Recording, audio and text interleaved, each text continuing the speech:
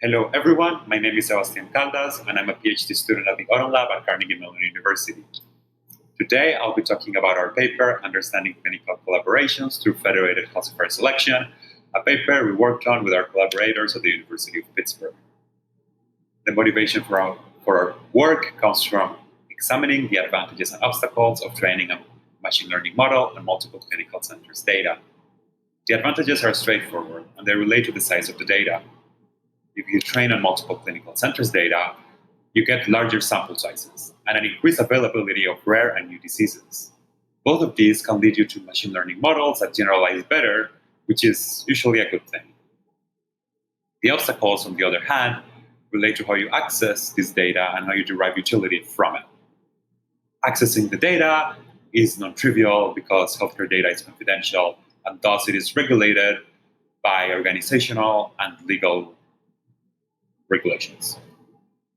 Deriving utility from it is non-trivial because there are population-level differences between clinical centers that may hurt model performance if you just train it naively. Now, federated learning has been tackling these two obstacles in recent years. However, it has been doing so emphasizing model performance, predictive power, optimizing a metric such as accuracy or AUC. And we know that in clinical contexts, we care about more than this. In particularly, we care about explaining why a particular prediction is being made. And in the case of a collaborative model, we may want to explain why a decision is being made, whether a decision is being made based on local or external knowledge. Insights like these can incentivize or disincentivize clinical collaborations or even help you identify a better external practice in an outside institution. To address these obstacles, we propose federated classifier selection, or FRECLS.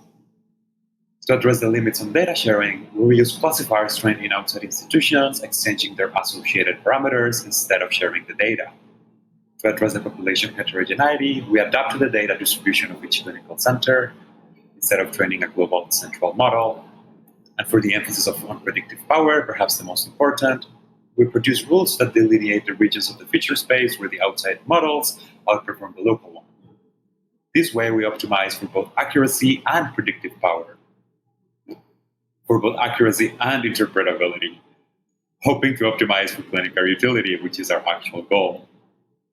We demonstrate the effectiveness of FRECLS between two different hospital systems on an early sepsis prediction task on our paper, but because of time, I cannot show you the results here.